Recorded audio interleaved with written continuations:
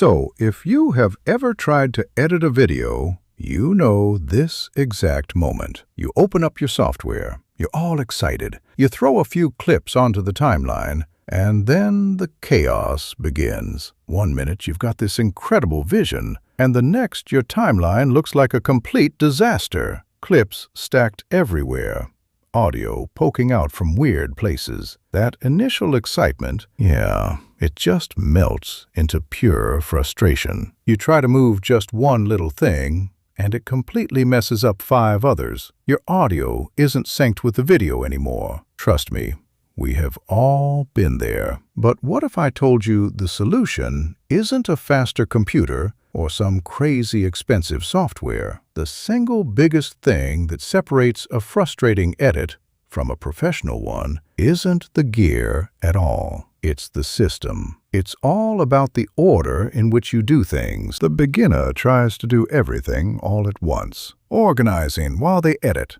throwing effects on, total free-for-all. But the professional, they're disciplined. They organize everything first and save all the polish for the very end. That's how you go from chaos to complete control. It all comes down to a simple 3-phase workflow.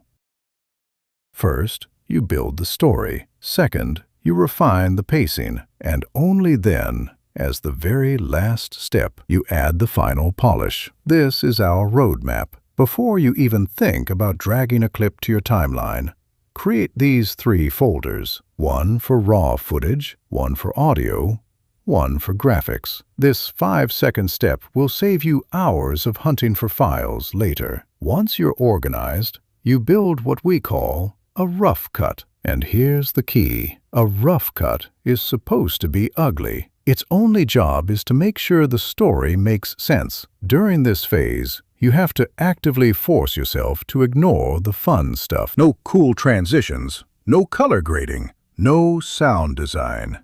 Nope. Instead, you obsess over one single question. Does the story work? Is the message clear? Does every single clip on this timeline actually serve a purpose? If you can watch your ugly rough cut and say, yes, you are ready for phase 2. Now, with your story structure locked in, we move to phase 2. And this is going to sound a little backward, but this phase is mostly about subtracting things, not adding them. The goal here is to create something the audience feels but never actually sees. A clean, tight edit is invisible work. It's what makes a video feel polished and professional instead of clunky and amateurish. The biggest way to make an impact here is by being ruthless with your trimming. Hunt down every every like, every awkward pause that kills the momentum, and cut it. Getting rid of those instantly makes the whole video feel tighter and more confident. This is also where the pros use J-cuts and L-cuts. A J-cut is when you hear someone start talking before you see them on screen. An L-cut is when the video cuts to a reaction shot while you still hear the end of what they were saying. It just makes everything feel way more natural. And as you're cleaning everything up, make sure your dialogue levels are consistent. You want them hitting somewhere between -12 and -6 decibels on your audio meters. This makes sure your audio is clear and easy to hear without being too loud or way too quiet. And now we get to the really fun part. With the story locked and the pacing refined, it is finally time for phase 3, the polish. This is where you get to add all the cool creative layers, but you can only do it now because you have that solid foundation to build on. First up, transitions. The pro rule here is simple. Less is more. 90% of your edits should just be a hard cut. Maybe use a dissolve to show time is fast, but please avoid the cheesy star wipes and spinning boxes. They scream beginner. Next is color, and it's a 2-step process.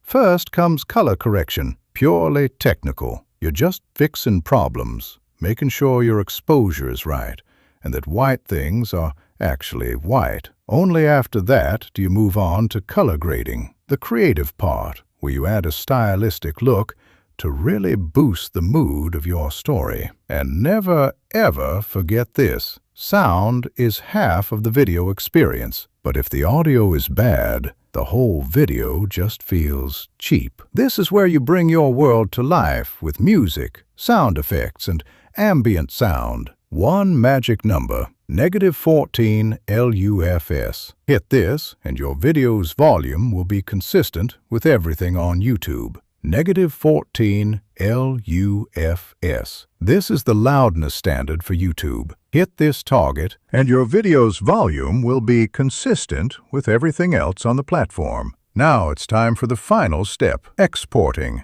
Getting this wrong can ruin everything. For YouTube, use H.264 format, at least 1080p resolution, and a bitrate between 16 and 20 megabits per second. This gives you incredible quality without a ridiculously massive file size. Once it's exported, you're still not done. Watch the exported file from start to finish on a different screen than the one you edited on. Hunt for glitches. Check those audio levels one last time and make absolutely sure everything is perfect before you hit upload. In the end, it's not about the fancy tools. The secret is the system. Organize first, build your story, refine the pacing, and save all the polish for the very end. That's how you go from chaos to complete control. You now have a professional workflow that's going to save you so much time and frustration on every single project. But the next level of editing,